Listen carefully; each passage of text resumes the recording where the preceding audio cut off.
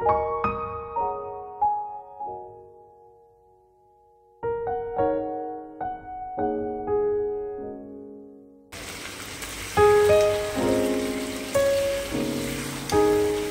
Everyone, good morning. আমি সন্ধ্যা। আমার নতুন একটি ব্লগে তোমাদের সবাইকে স্বাগত জানাই, নতুন একটি সকালে নতুন একটি ব্লগের সঙ্গে।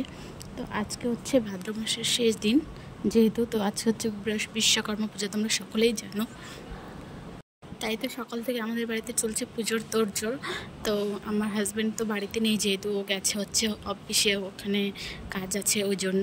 আর অফিসে যেহেতু বিশ্বকর্মা পুজো হয় ওই জন্য ও বাড়িতে আসতে পারবে না। তো বাড়িতে গাড়ি তো আমার শ্বশুর বের করতে পারবে না, তাই জন্য ভাইকে বলেছিলাম বের করে দিতে। তো সকাল সকালেও গাড়িটা বের করে দিচ্ছে, আর আমার শ্বশুরমশাই এখানে গাড়ি ধুচ্ছে, মানে মোটরের জল দিয়ে ধোয়া হবে, তেল সিঁদুর তো লাগানো হবে আজকে, যেহেতু আজকে তো পুজো। তো সকাল সকাল আমি হচ্ছে ঘুম থেকে উঠেছি, ওই 7টা নাগাদ উঠেছিলাম। তো কালকের বিকালের হচ্ছে জামাকাপড় ছিল অনেকগুলো ভিজে, তার জন্য রোদ্রে দিয়েছে। আর সকালে আজকে প্রচণ্ড রৌদ্র উঠেছে। এখনই মনে হচ্ছে যে কতটা রৌদ্র, জানি না কতটা গরম পড়বে।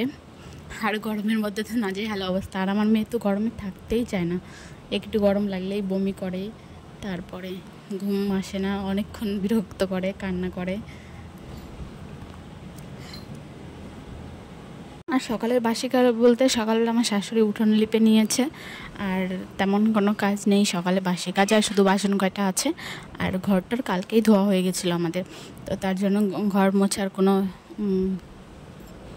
নেই, মানে তোড়জোড় নেই।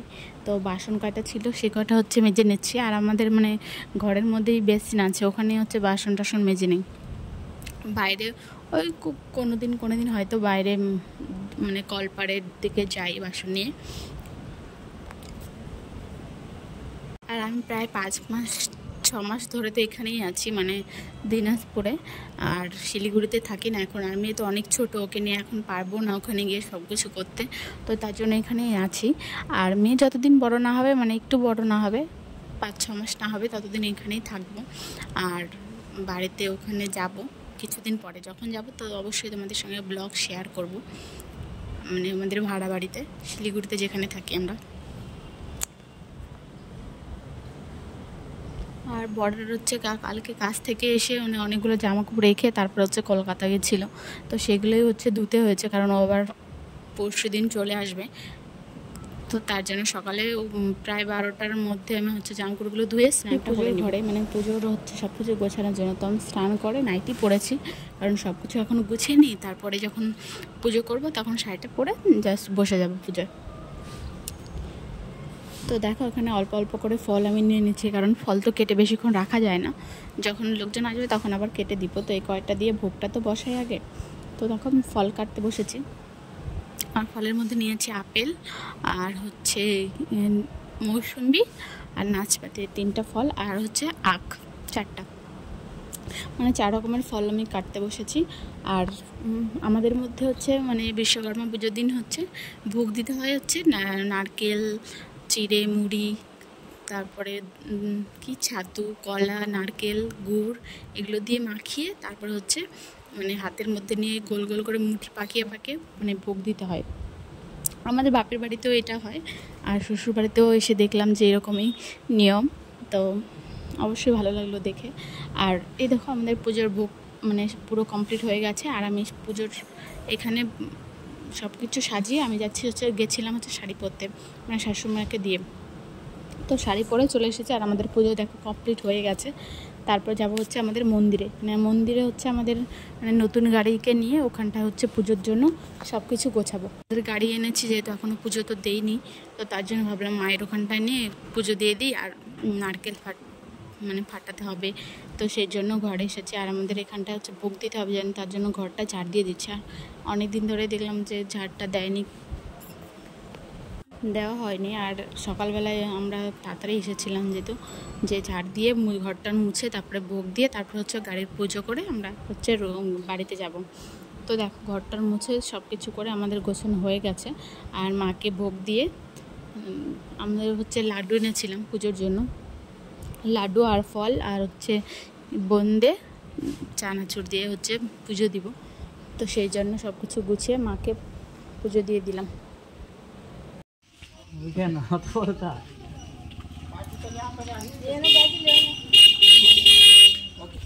গাড়িতে বানাবে ঠিক আছে, কারণ গাড়িতে গিয়ে দাউদের গেটে দিয়ে ভাড়া যাবে জল দেবে। আমি দেখছি এটাই পাথর গাড়িতে গাড়িতে পাঠাবেন ঠিকই, তা পাঠাবে গাড়িতে গাড়ি পাঠাবে কেন?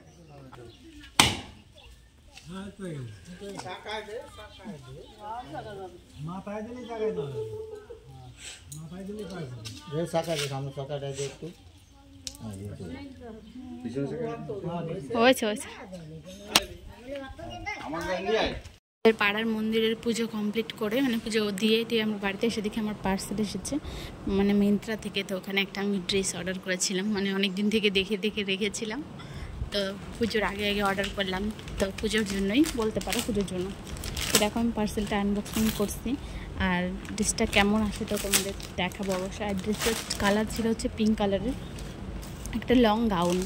তো দেখো আমি খুলছি, আর আমার মানে অনেকটাই খুশি লাগছে, মানে অনেক দিন থেকে দেখে রেখেছিলাম, মানে পছন্দের জামা বলতে পারো।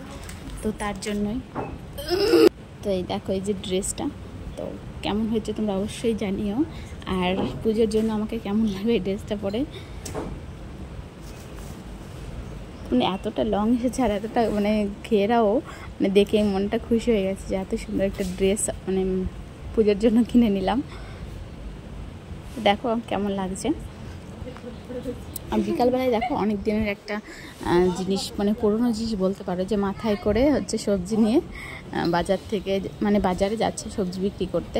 তো এই দেখাই যায় না বলতে গেলে। আর রাতের বেলায় আমি রান্না করছি হচ্ছে মাংস আর হচ্ছে ভাত রান্না করছি, কারণ আজকে বিশ্বকর্মা পুজো ছিল। আমার হাজব্যান্ড হচ্ছে আসবে না বলছে, আর ওরা তো সবাই ওখানটায় অফিসে আছে। আর তার জন্য হচ্ছে শ্বশুরমশাই বললো যে মাংস নিয়ে আসি, মামা শ্বশুর আসছে, তো ওটাই রান্না বান্না করি। তো আজকের ভিডিওটা আমরা এখানেই শেষ করছি, তোমাদের সঙ্গে দেখাচ্ছি নতুন একটি ব্লগে। তো টাটা বন্ধুরা, ভালো থাকো সবাই, নিজের খেয়াল রেখো।